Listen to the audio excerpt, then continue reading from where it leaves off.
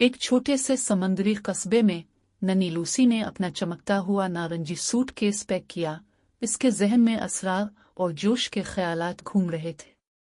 इसका खानदान एक मसरूफ नए शहर जा रहा था, उन पुरसुकून गलियों और मानूस चेहरों से दूर जिन्हें वो हमेशा से जानती थी।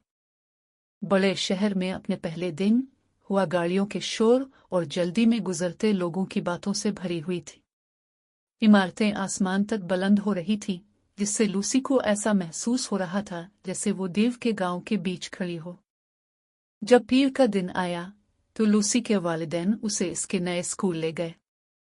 इमारत बहुत बड़ी थी, एक रोशन नीले रंग में रंगी हुई, और उसने एक बड़ा बाग देखा जो फूलों से भरा हुआ था, जो हवा में ऐसे लहरा रहे थे जैसे इसका इस्तकबाल कर रहे हो। अंदर बच्चे हालवे में दौड़ रहे थे, हंस रहे थे और बातें कर रहे थे, बिल्कुल वैसे ही जैसे वो बच्चे जिन्हें वो पीछे छोड़ आई थी। लूसी ने अपना नया स्कूल बैग मजबूती से पकड़ा। घबराहट महसूस कर रही थी लेकिन पुरअज़्म थी। इससे अपनी माँ के तसल्ली बख्श अल्फाज याद आए, खुद पर यकीन रखो और मुस्कुराओ। और गहरी सांस लेकर वो क्लास रूम में दाखिल हुई और एक नशिस्त पर बैठ गए। एक मेहरबान उस्ताद, जिनका नाम मिस्टर ग्रीन था, ने इसे गर्मजोशी से खुश आमदीद कहा और क्लास से इसका तारुफ करवाया।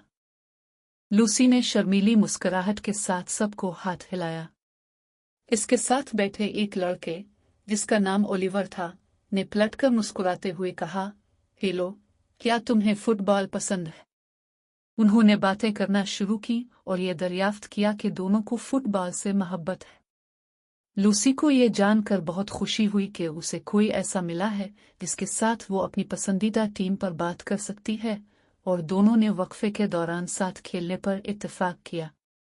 जैसे जैसे दिन गुजरते गए, लूसी को मजीद दोस्त मिले, जैसे ईमा, जो पेंटिंग पसंद करती थी, और सोफिया, जिसे लूसी की तरह मुहिम्माती कहानियां पढ़ने का शौक था।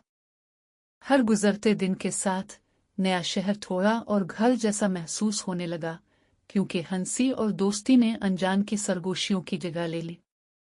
लूसी ने सीखा कि दोस्त बनाना बागबानी करने जैसा होता है। आप एक मुस्कुराहट बोते हैं, इसे मेहरबानी के पानी से सैराब करते हैं और इसे बढ़ते हुए देखते हैं। शहर में उसकी नई जिंदगी नई दोस्तियों की खुशियों से भरी हुई थी, जिनमें से हर एक उसकी यादों के बाग में एक रोशन फूल थी। जब तक दरख्तों से पत्ते गिरने लगे, लूसी को यह मालूम हो चुका था कि उसने अपना मकाम ढूंढ लिया है। शहर अब एक असरार नहीं था, बल्कि एक घर बन चुका था, जो दोस्तों से भरा हुआ था, जो उसके साथ बदलते मौसमों में रक्स करते थे।